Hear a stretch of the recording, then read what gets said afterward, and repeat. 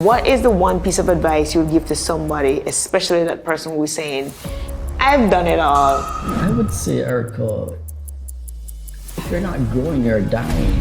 We all have desire. But do we have the discipline to execute? If you want to show me the year that you're going to have, just show me. But some people don't even have it. Exactly. So in the past 7 years, I haven't had the chance to pick up the phone to call someone I don't know. Because your past success is the greatest threat to your future success. Catch us on the next episode of Leaders Live podcast.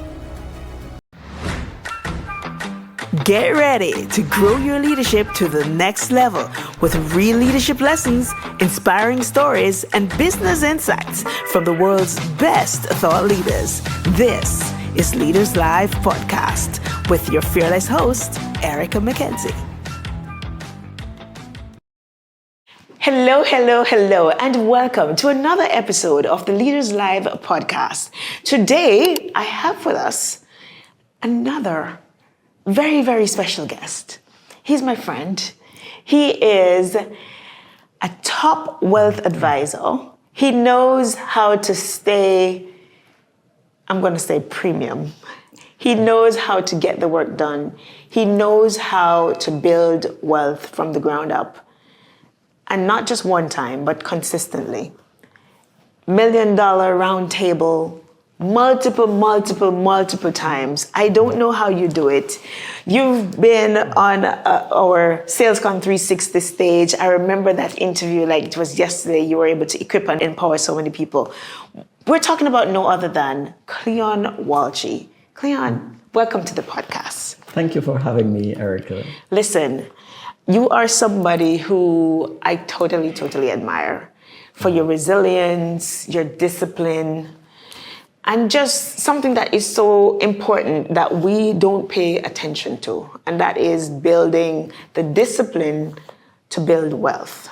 Yes. Like making sure that we have the things in place that's going to sustain us beyond the 9 to 5. So many of us get trapped into the loop of just working the 9 to 5 job, and there is just no planning for the future.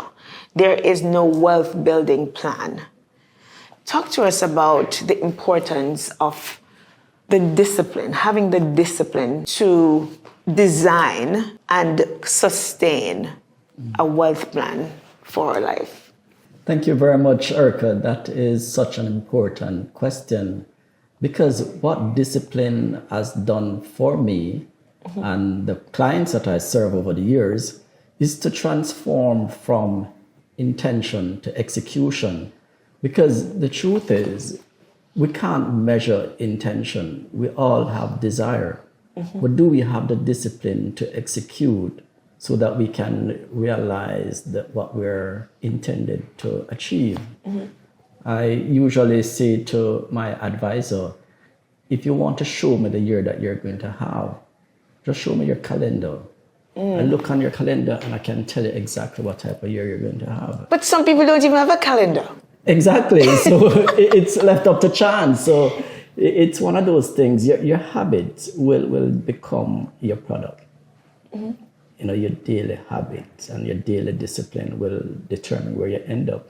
But tell us about this important though. You said, okay, if you want to know the success of any person, you want to know how your year ends, it starts with a calendar. There's some people, I mean, I've been into so many training rooms and so on, and people don't have a calendar, or they don't write down their goals. They just have it in their head. And I always say, listen, don't use your head for a filing cabinet. Why is it so important for us to do this? I mean, it sounds cliche, it sounds very simplistic. And it sounds almost like it's just not even relevant. But why is it maintaining a calendar where you're intentional about planning and setting things down, or even writing your goals down? Why is that even important, Cleon? Like people tell the people why this is important. It's a different circle between good and great. And most of us get stuck in that realm of being good, and we're comfortable with it. But are we sacrificing greatness by remaining good? And the faintest ink is more powerful than the greatest memory. And especially in this day and age when you're bombarded by so much, then you have to stay focused and you have to be intentional. And one of the things that I often preach is that what gets measured and clearly defined gets done. So if you're not recording anything, what are we going to measure? Or are we going to move it from this to there? So writing down, recording, it doesn't matter how simple it is, but we have to have something on paper. Make mistakes on paper, not in life. One on paper can rub out easily, Erica, but when we do it in life, it's very hard to erase. And if we're not documenting that, then it tends to get lost because sometimes we don't remember what happened, when it happened. And so it just gets lost in translation. Exactly. And sometimes, even in my industry, someone would have a good year 2 or 3 years ago, or a good month. What did you do last year, July? That translates into a good month. But if you had no record of it, how are you going to improve on that? Or how are you going to at least replicate what you did? Yes. Because usually success would have come because of work that you'd have put in along the way before that point. Right. So recording things needs to be done. Well, you talk about recording things and maintaining your calendar, and you didn't just get here by accident. I mean, you're a multimillionaire and consistently having that repeat success. I mean, not once, not twice, but consistently doing it. And people want to get some of that DNA. I'm so grateful that you're going to be speaking at the Edge Leadership Series. But what I want to ask you right now, just to share with our audience, like, what does discipline for you look like? What's on your calendar? Like, let's fast look a bit. Like, what does your routine look like? What is it that has led to your success? Take us through just a glimpse of what's on your calendar. What is it that keeps you so disciplined and consistent, and what's on there? That's a loaded question. There's so many things. That I know you probably can't tell me everything, right? I've gone into. But one of the things I do is keep the simple things simple. Yeah. I wear white shirts every single day. Why? That's not a decision I want to make when I go into my screen. I just pick a white shirt and a suit, a white shirt and a suit. There are things that I know I'm not good at. And it doesn't matter how much time I spent on it, I'm not going to get good at it. I can't write. I don't like writing. I don't like being around the system all day. So I know my strength and I try to improve on it daily and I outsource the rest. I'm probably the only advisor in the company at that time that had 4 personal assistants, seeing only 1 person per day. But that took me to the top of the table because I did not get any no. Because I was always clear about my intention and what I'm trying to achieve. And it's changing one life, one day at a time.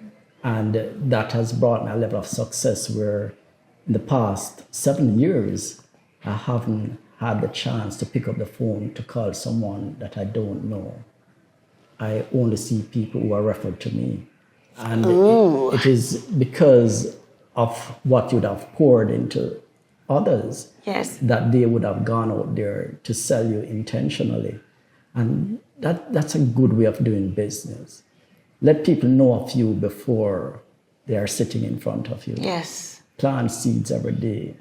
You know, too often we go to persons, we are putting our proposal, we're telling them that we're the best in the world, but they're seeing us for the first time. Yes. Why is that so? And I know you would change that because you're always out there in the space doing what you do, impacting lives, and I admire you for that. Thank you. You know, I know it's a lot of work. I could not do it. Well, you're doing it in a different way. Yes. And of course, you'll be doing it with me going forward. So that's what we're Definitely. And, you know, that's why I do not believe in competition. Yes. Collaboration. They say you compete at the lower end, but at the top of the marketplace, people collaborate because the person sitting beside you will have strength that you don't, and you will have strength that the person don't know. And that is why we remain local all the time, because we are thinking, what can I do by myself? Yes. What are you thinking? What is this person good at that is in another place? especially even in the Caribbean region, people often think that we're divided by water. Why don't you look on it from a different perspective and say we're linked by water in the Caribbean? So therefore, the person in Trinidad, Barbados can be a business partner. Yes. It doesn't have to be competition all the time. 100% true. This is something I do believe collaboration is a new currency. That's just the DNA and the fiber that runs through my being. But again, one of the things that we're intentional about though is that we understand who we're collaborating with. Definitely. Yeah, so that is a factor. But let's talk about, even for you, when you're looking at collaborating or getting in proximity with doing business, what are some of the key things you look for when you're looking at even doing collaboration and just having people that are a part of your exclusive community? You know, it is often said that success leaves trail. Yeah. Failure does.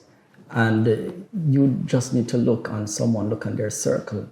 I can know a lot about a person by looking on their community. They said that there are 2 times you have an opportunity to make a first impression.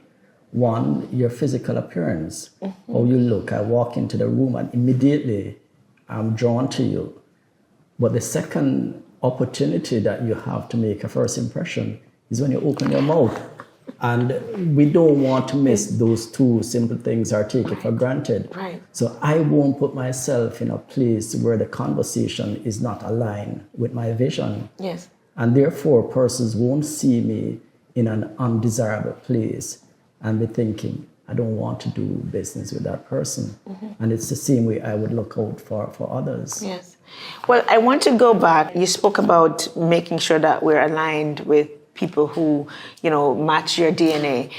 I want to go back to look at your calendar though. What is it that the top 3 things that you do every day that help you to maintain this kind of consistency? What are the top 3 daily disciplines that you practice? Probably about 12, 13 years ago, one of my mentors, and I have several mentors, David mentioned to me about this gentleman that ended up being a top CEO globally.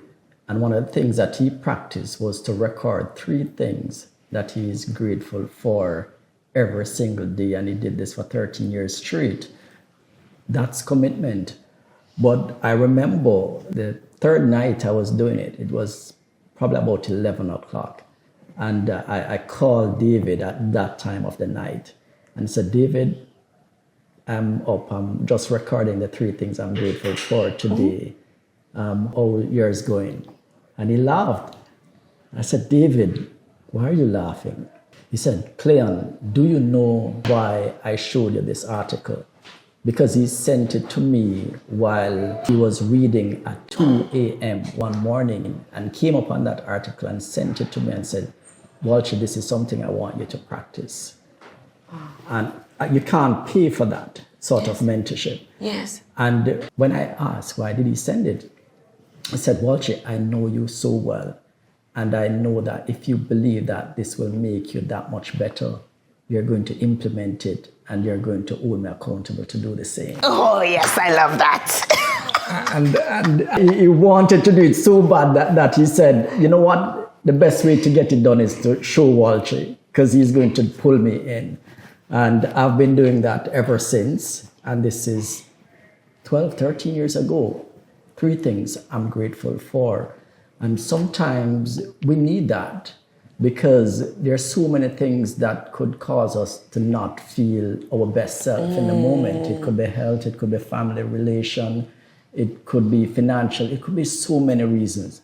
But you always have to remember there are at least 3 things that you should be grateful for every single day. Don't take it for granted. And you write those down every single day? Every day.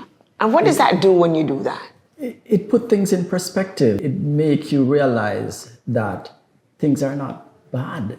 You know, I remember one of my accountability partners called me one day, and for some, I don't remember the direct conversation, but he was panicking. He said, Walchie, where should I send flowers? I figure, is it Tony Tweet? Is it Andrews? Like, you did not respond to whatever, so I figure you must be in the hospital. Oh my gosh. I, you didn't respond to the message? yeah, there was something that I should have done that I didn't do it. Oh my goodness. And that sort of accountability, you can't put a price on. Yes. And the last time we mentioned that we were at the 360. Yes, the sales con. Absolutely. I said there was Saturday before I had completed a session. This guy was in the hospital in America with syringe, with everything on it, because he's going through something, and he was on the phone saying, Cleon, I can't go anywhere. So this is a perfect time for us to go through our session. I'm stuck here for a couple of hours. And he was in the hospital. So what excuse? People always come up with excuses as to why they can't do or not doing something. You know, the person that brought me into the company that I am currently, Mike Fraser, God rest his soul, Mike said something to me once, and it resonated even today. He said, Cleon, in this business, we can't make excuse and money in the same sentence. Woo! So we have to choose. Is it that we want to make money or want to make excuse? Both are valid, but you have a choice. Yes. And if you Pick want one. to make excuse, there are several reasons why you can't do what you set out to do. But are you going to get to your ultimate goal? Yes. And that's what we focus on. Yes. And of course, whatever you focus on, it expands. It does. So the more of what you focus on, that's what you get. What's the one advice you give to somebody now who wants to become consistent with growing their wealth, or maybe where do they need to start? Because you have people right now who are struggling with just even coming up with a plan. There is no plan. Where do we start? I would say start from where you are, because most times we get distracted because we're looking on the person beside us or watching something on YouTube, not realizing what it took to get them to where they are. Yes. And therefore your journey is different. And I would say to anyone listening, align yourself with a good financial advisor, because when you go to your lawyer, there's a cost for that consultation. You go to your doctor, there's a cost. Your accountant, almost all the professionals that you can go to, there's an immediate cost. Yes. Your financial advisor is one person that you can come and sit with for 3-4 hours, ask any number of questions, and there's no cost to you. Yes. Financially, except your time, which I do understand that's your greatest asset, but be guided by someone, because if you're not the expert in the field, absolutely, then find the expert. I said to my daughter, when I'm no longer around, there are certain things I want you to practice. If you have a plumbing problem, go to a plumber. Right. A matter of fact, go to 3 or 4 of them so you can at least have an informed decision to make. And if you need a lawyer, go to a lawyer. Don't go to your friend, because ever so often we get comfortable with the wrong person and not going directly to the source. Yes. And so I would say start from where you are, align yourself with a financial advisor. We will do a lot of financial coaching sessions. Yes. So I'm sure what they would know is, because not all advisors are really advisors. No, we not all advisors are created. Exactly. So once you get informed, then you should not be sold anything. Yes. You should really purchase, because you know what you want, you know where the gaps are, and you're just asking what do they have to fill the gap that you already know exists. Yes. Yeah. One of your key traits is just consistency and discipline and doing it again, and that's what consistency is. And that's what compounds over time. I want to, right now, we're on a journey together where we are helping people. We're building a community to help people build wealth. And you're the head cook of that and really helping to spearhead that, because we want to create some wealthy people in the Caribbean. Money is not something that we talked about in school enough. Building wealth, and that is not something that we talk about in school. And even now, people are not practicing it. So we want to be able to build that kind of consistency. We want to help people to build that kind of consistency. What is the single most thing that you think help with driving consistency? What is it that makes you show up again and again and again and again without fail, even when you're successful? The one thing. The one thing, and I will that go back to another story. Yes. Again, because we had, at one point, we had a new administrator in the office, and she was on her second year. And one night she ended up working late, and I had to take her home. And while we were on our way, she said, Cleon, one of the things I've noticed since I've been here is that you have been advisor of the month every single month for the last 2 years, except 2 months. How do you do? Why? How does it happen? And she said, what drives me? Yes. And I said, without thinking, it's my children. Oh. Your why must be bigger than yourself. Yes. And if the why is big enough, yes, the how will come. And there's no why that remain the same all the time, because my children are now grown. But I knew then in that moment that if I was not successful, it would be that much harder for them to make the way in life. And you have to care about someone. And it's the same thing for my clients, because when there are 2 things that drives the ideal advisor.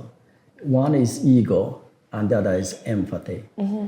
And ego in the sense that second is not a number. There can't be a goal that you should attain and it's humanly possible and you don't try your best to attain it. The empathy comes from the fact that when you're sitting in front of someone, Erica, and if you're a single mother with 2 children, then immediately I become a single parent with 2 children. Right. And I want to help you to become better. And when you have that sort of mindset, that sort of authenticity, then people see through it. I tell people you don't have to pretend to care, or you don't have to pretend that you're interested. If you do care, if you are interested, it yes, will show in your pour. Yes. You know, and the greatest journey a man or a woman faces in life is when you discover yourself. 100%. It's not an outward journey that you chase and look on somebody else to become. Stand in front of the mirror. Realize that you're God's creation. You're unique, but you're not perfect. And every day you're going to work on becoming a better version. Perfection will never come, but you're going to be better today than you were yesterday. You're going to be better tomorrow than you are today. I am better today because I'm talking to you. And I'm better today because we're here talking to you. I'm talking to you too. And, you know, they say iron sharpens iron. Yes. And who you are in proximity with is absolutely important, because you spoke about the community, you spoke about the importance of having that growth mindset, which is one of the things that you even touched on in one of our conversation, and just having that consistently growing. And so what is the one piece of advice you would give to somebody, especially that person who's saying, I've done it all, I think I've plateaued, I'm too old, I can't do anything more, because we've found those people. What's the advice you'd give to that person, first of all? I would say, Erica, find a nice funeral home.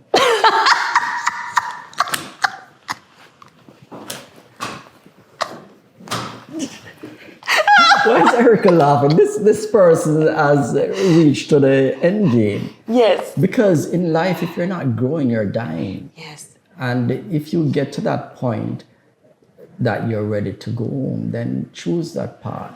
Because if you have attained all that you set out to do financially or otherwise, why would you not pull down and pull someone up? You didn't get there by yourself. 100%. So why would you not do for someone what was done for you? That's selfishness. Yes. No CEO start off at the top, being the top of their game.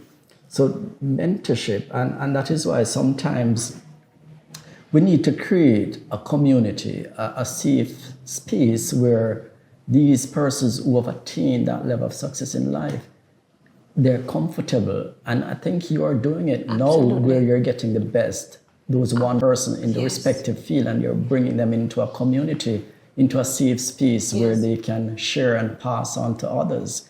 And I would say to those persons who have gotten there, then there's room. Yes. Your past success is the greatest threat to your future success. Your past success is the greatest threat to your future success. Think about it. How many times have you been in a conversation with persons that left school 30 years ago, but yet they're talking about first class honor? Or they're talking about something that happened 10 years ago, a year ago. There's no growth. What are you looking forward to next month, next year? So don't hold on to your past success. It is the past. What do you have ahead? Yes. Yesterday ended last night. Yes. So Today's a brand new day. Like, let's start. Listen, I am so grateful for you. I am so grateful that we get to get in proximity with you, the consistency, and then we begin to get that kind of DNA. And so all I have to say in closing is thank you. Thank you for all that you've been doing. Thank you for the energy and the discipline that you've had consistently to really help so many people. And I am looking forward to you being our speaker at Edge Leadership Series. You're going to tell us about building wealth that lasts beyond ourselves, that generational, that legacy wealth building. You're going to be helping to mentor so many of the top 1% sales leaders. And so there's a great, I'm so excited about the future. Like, I can't begin to tell you. The only thing I'm saying, like, Lord, help me. Let me just give me more strength so that we can help to develop so much more people. And I know you're going to help to create so much millionaires. It's a mindset shift, and you're going to help us to get there. I thank you. One last word you'd have to say to our people who are struggling with even just making that positive mindset shift. One advice before we go. How do we make that positive mindset shift? Alignment. Whether it's people, product, places, alignment. We have it right here. If you're ready to align yourself with the best, you just heard from one of the best that I know, Cleon Walchie. Thank you so much for being with us here on the Leaders Life podcast. It's always a pleasure. Yes, to be with thank you. you. Thank you so much. All right, until the next episode where we feature the best sales leaders. You will join us for the next episode. Will you? Catch us on the next episode of Leaders Life podcast. Thank you for listening to the Leaders Live podcast with me, your host, Erica McKenzie. And remember, live to lead fearlessly. Catch Cleon Walchie on the Edge Leadership Series Jamaica on October 2nd, 2025. Register now. Link in the description.